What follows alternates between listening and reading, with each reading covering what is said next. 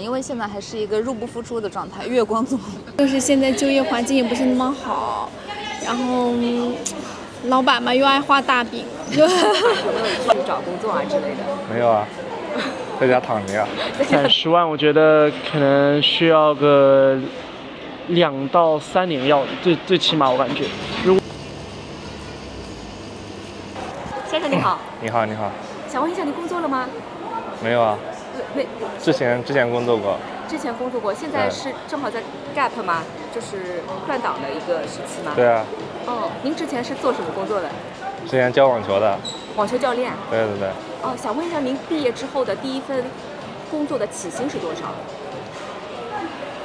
？80块钱1个小时。那这样你一个月可能按照你工作时长大概有多少？大概的一个数字？大概一个月4000块钱吧。4000块钱。您是住在家里的还是租房住？我妈给我租房的。你妈给你租房，所以你的房租是妈妈出的是吗？对对对。那工资是没有办法就是 cover 你所有的生活开销。对，有的时候赚不到4000呀，就几千，1000、2000。啊。对。那你现在的话有没有去找工作啊之类的？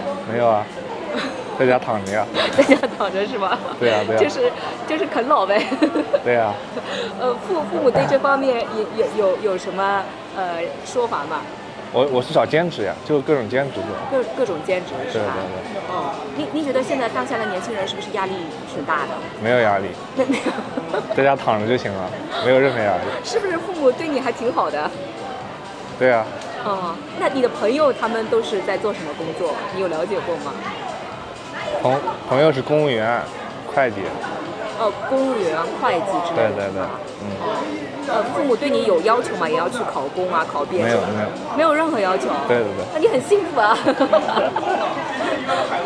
那你觉得当下的年轻人啊，就是现在找工作压力大不大？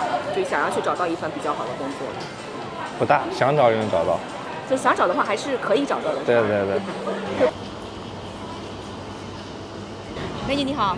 你好，你好，你好。哎，工作了吗？在工作。想问一下，您毕业之后第一份工作的起薪大概有多少？7500。对，7500。需要去租房住吗？还是说住在自己的家里？我要租房住。那个房租占比你这个工资的话高吗？最开始我的房租是2800，但是它水电是另付的，水电的话大概是1个月700，因为是那种公寓的嘛。所以你第一份工作，你工作了之后完全能养活你自己吗？有点不够，还要家里补贴一下。家里会补贴吗？对。您现在看上去很年轻，工作了有多久？1年不到。1年不到。对。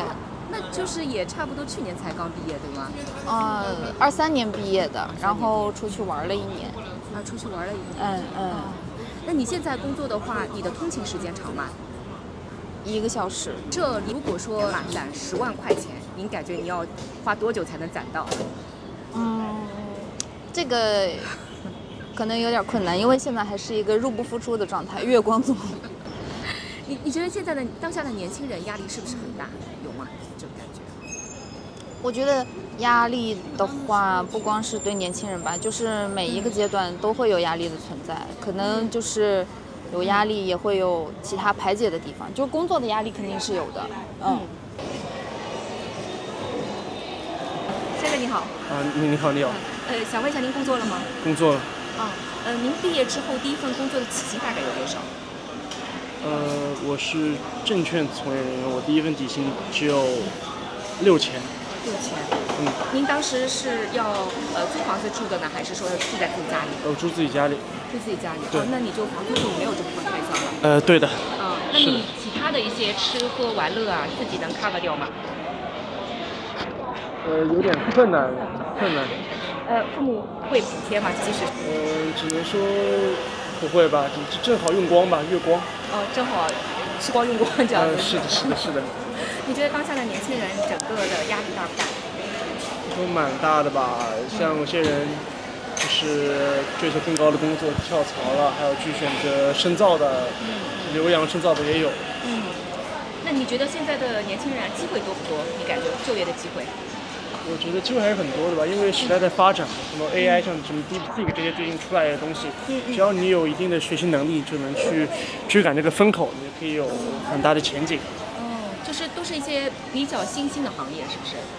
对，因为有些老旧的行业已经形成了护城河嘛，像很多行业，你像什么手机，你想插进去很难，你找一个新兴的产业，新兴产业的发展空间肯定比这些产业更大嘛。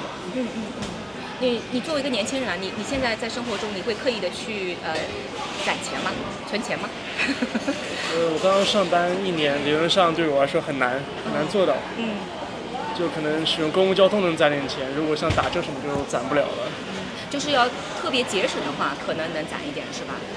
但攒的其实可以忽略不计。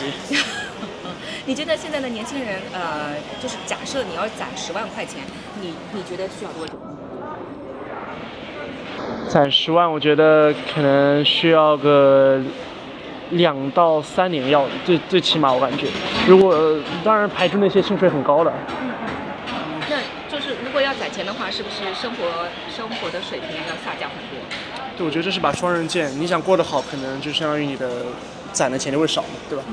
不能两全其美，除非这个工作真的特别好，对吧？但我觉得这是少数中的少数。第一份工作什么年薪10万，月薪10万，我觉得不大可能，对吧？对。除非自己开厂的，对吧？自己的公司。美女你好。你好。您工作了哈？工作了。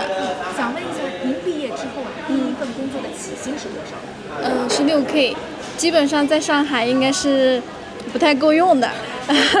当时租房的话都是家里给的钱，就是当时是租的是那种什么，就是二手房东的那种，很有甲醛的那种房子，就是那种隔断的房子。